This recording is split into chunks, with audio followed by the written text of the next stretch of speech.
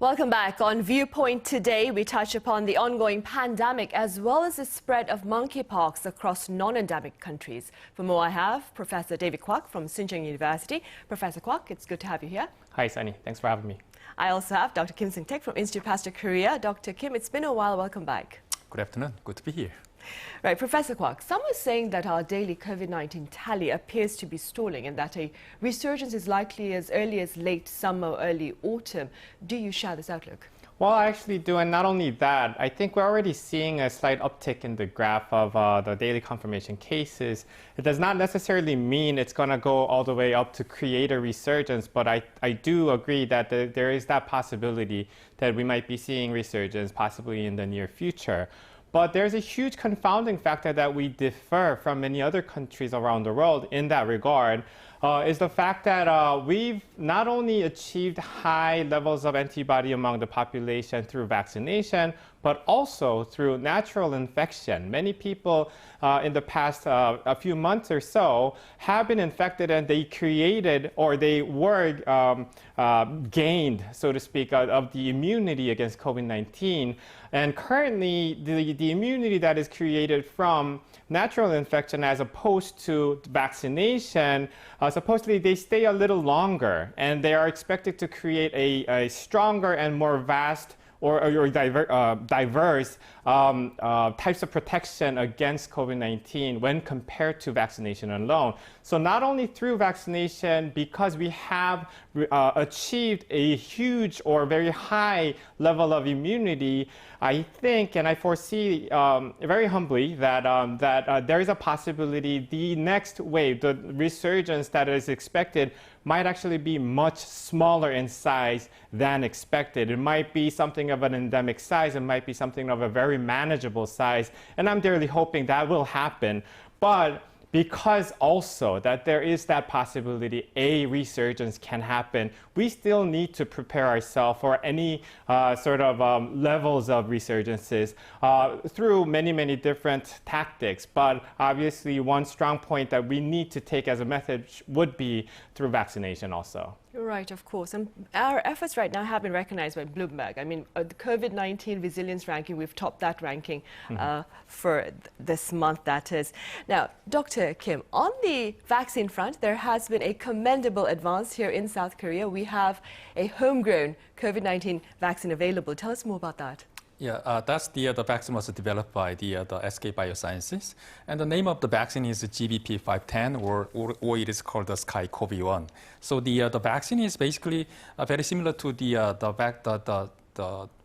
vaccine that was developed by the Novavax. So it's basically just a subunit vaccine. So it would be probably more safe than the other vaccines we have seen for like mRNA vaccines and virus-vector vaccine.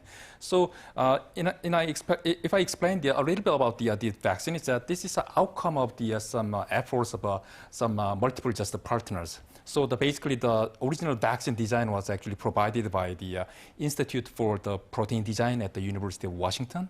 And then there is some adjuvant, which is also co-administered with the vaccine. That adjuvant was provided by the GSK. And then in terms of the funding, the Gates Foundation and CEPI supported all those development as well as the Korean government. And obviously, just SK Biosciences led some clinical development.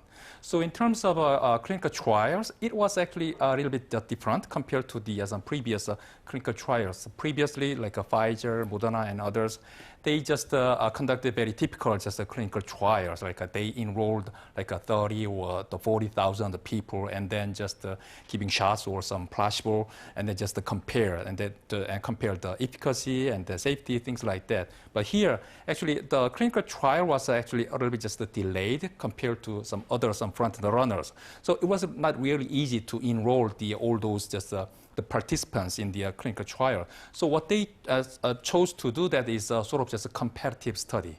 So basically, they compared their vaccine against some AstraZeneca vaccine. Obviously, AstraZeneca actually just pleased to just support such kind of a comparative study.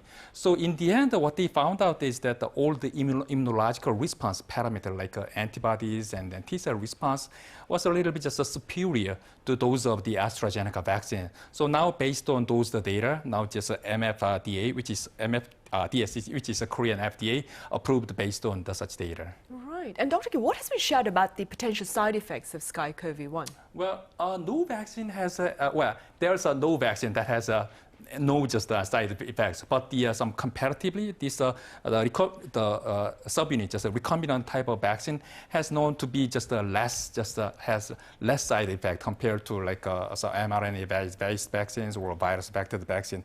And then the experts said they have a clinically acceptable just a safety profile, which is probably just a mild or just moderate, and it would be okay. And also considering the some side effects that we actually observed after Novavax vaccine, is pretty much just negligible. Right, I see. Meanwhile, Professor Kwak, over in the US, children as young as 6 months old are now eligible for COVID-19 vaccines. And that being said, and also keeping in mind the expected COVID-19 resurgence here on the domestic front, do you suppose Korea needs to adopt a similar strategy? And if that is the case, how do we rally support for vaccination for young children? Well, that's quite tough a question, that how we should come about rallying the support for the vaccination. But I do definitely agree that we should also implement the age limit to lowering it to 6 months or above, because it currently had been shown to be safely injected in those younger children. And not only that, they are also shown to protect them from getting COVID-19. Foreseeing the possibility of resurgence, let's remember that these really young generations have not been exposed to COVID-19 as much as the adults did.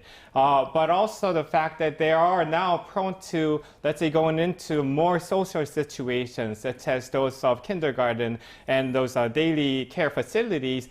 There is a possibility that they actually might be more easily exposed to COVID-19 than the already protected their adults or their parents. So, and at this state, not knowing the outcomes or consequences of even milder cases among younger children, I think it's better to protect them more safely with vaccination rather than just having them being able to be exposed to the COVID-19 itself. Now, going back to the original topic, how we should come about really rallying for the better inoculation rate, I think it still has to remain in the factual information. I think the government, and not only the government, but also the media sources, we really have to announce and advertise only the factual information so that people, especially those guardians of these younger generations, would educationally choose to inoculate them, to protect them, rather than hearing all these wrongful information, wrongful sources, which could put them in a very biased position, preventing or rejecting the ideas of inoculation based on really wrongful sources. I don't think that should, I think that should not take place at this moment, but rather only the factual information should be given so that people can make their own decision to inoculate their younger generations. Right, as you were saying, informed decisions to inoculate their children then. And Dr. Kim, what is your advice with regard to booster doses or booster shots, especially amid widespread concerns of waning protection by this coming autumn? Well, actually, several weeks ago, the US CDC actually recommended a fourth shot. And then they now, in the US, actually, they now started just regard the fourth shot program as the sort of just a standard vaccination. But many scientists actually concerned about such a decision because the fourth shot does not have any just a very convincing, strong just scientific evidence. Compared to the three-shot program, there was actually strong just evidence that the very just broad and very just deep just immunological responses for fourth shot. So there's some such a concern. And then regarding some vaccination, we actually expect two different the immune responses after vaccination. The first one is antibody production, and the second one is cellular immunity.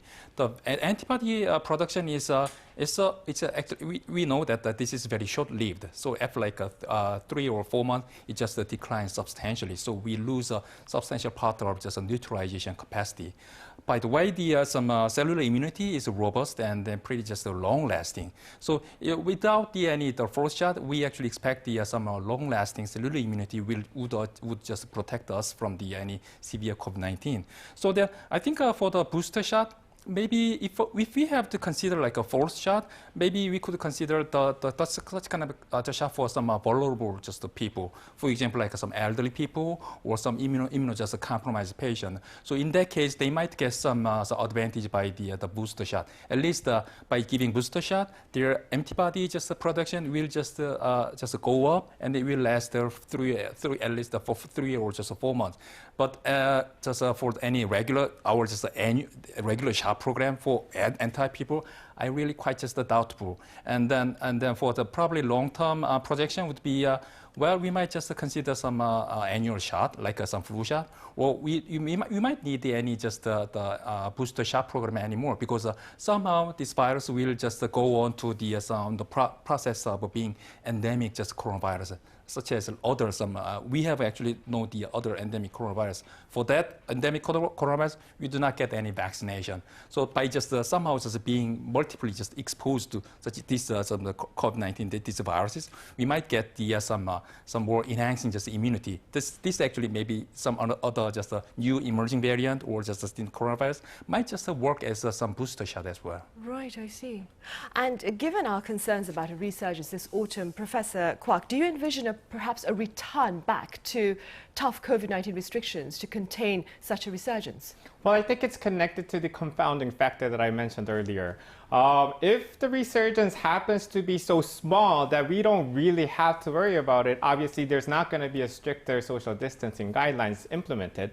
But if the resurgence, and I hope not that happens, that it's big enough that we really have to block our social transmission by socially distancing ourselves, I would take a rough guess that we would possibly go back to the strict social distancing rules and regulations that we used to have. I don't think there's any other guidelines that we can actually omit in the purpose of blocking the transmission. So if we were to actually go back to keeping the strict social distancing guideline, we will go probably all the way back. Right, I see. And now, Dr. Kim, beyond COVID-19, I would like to direct your attention to monkeypox. The World Health Organization says monkeypox has been found in over 50 countries with at least 4,000 confirmed cases, including one here in South Korea. But regardless of this reality, the global health body says that monkeypox is not a public health emergency as of now. What are your thoughts? Well, I think I have to say that some general public, just because of the COVID-19, we are just somehow just very alert upon any just emerging just pathogen. So that's why we are actually very much concerned about these new just the monkeypox viruses. Otherwise, we would not probably just maybe most of the people would just ignore this monkeypox. And in terms of just any potential just a pandemic, I think just the chances are very low. The reason is that this virus is transmitted only by some close contact.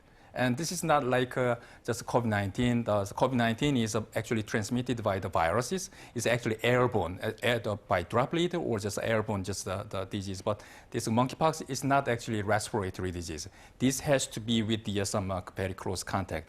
And in addition to that, we have although this was actually developed against the smallpox, but we have very good still vaccines and drugs available. So unlike the COVID-19, you remember that like 2 years ago, we did not have anything at all.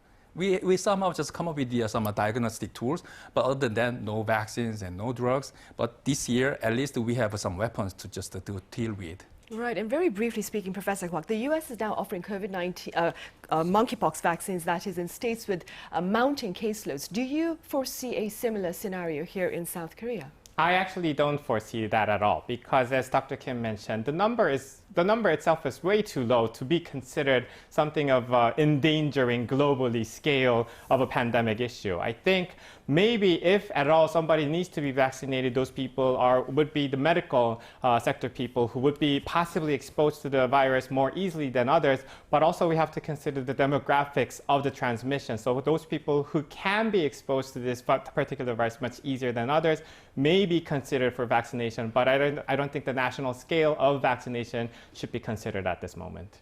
Right, I see. All right, that is reassuring to know that. Professor Kwak, as always, thank you very much for your time and your thoughts. And Dr. Kim, thank you very much for your insights.